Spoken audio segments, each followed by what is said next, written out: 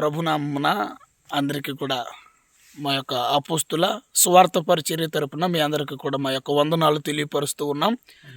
మా యొక్క సువార్త పరిచర్యలో భాగంగా గత 2 దినాలుగా మేము ఈ సువార్తలో ప్రయాణిస్తూ అనేక ప్రాంతాలు, అనేక పల్లె గ్రామాలు, అనేక గిరిజన పట్టణాలు, అడవుల్లోనూ, కొండల్లోనూ, లోయల్లోనూ ఈ విధమైనటువంటి కొండల్లో దేవుని యొక్క రాజ్య సువార్తను వెల్లడిపరుస్తూ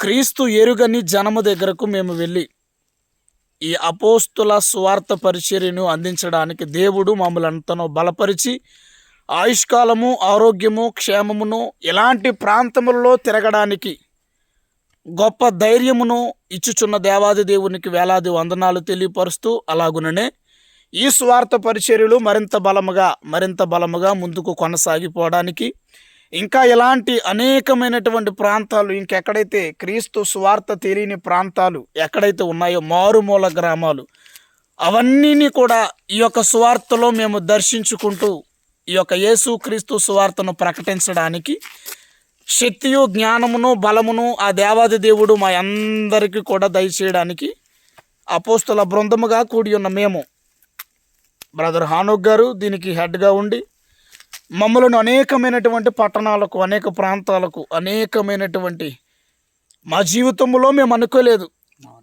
ఇలాంటి ప్రాంతములు, మారుమూల ప్రాంతములు, గిరిజన ప్రాంతములు. ఒకసారి మీరే చూస్తే మీకు అర్థమవుతుంది. ఒకసారి ఆ ప్రాంతాల కొండలను ఒకసారి చూడండి ఒకసారి. కాబట్టి ఈ పరిచర్యలో ఇటు విధముగా దేవుడు మమ్మలను కొనసాగింపజేస్తూ ఉన్నందుకు ఆయనకు వేలాది వందనాలు తెలియపరుస్తూ ఉన్నాం. అలాగను కూడా మీరు కూడా మా సువార్త పరిచర్య కొరకు ప్రతిదినము మీ ప్రార్థనలో జ్ఞాపకం ఉంచుకొని మా కొరకు, మా సువార్త పరిచర్య కొరకు, మా సువార్త అభివృద్ధి కొరకు మీ అందరూ కూడా మీ అనుదిన ప్రార్థనలో పెడతారని భావిస్తూ, మీ అందరికీ కూడా మరొకసారి మా అపోస్తుల పరిచర్య తరపున మీ అందరికీ కూడా దేవుని శుభములు తెలియపరుస్తూ ఉన్నాం. ఆమేన్.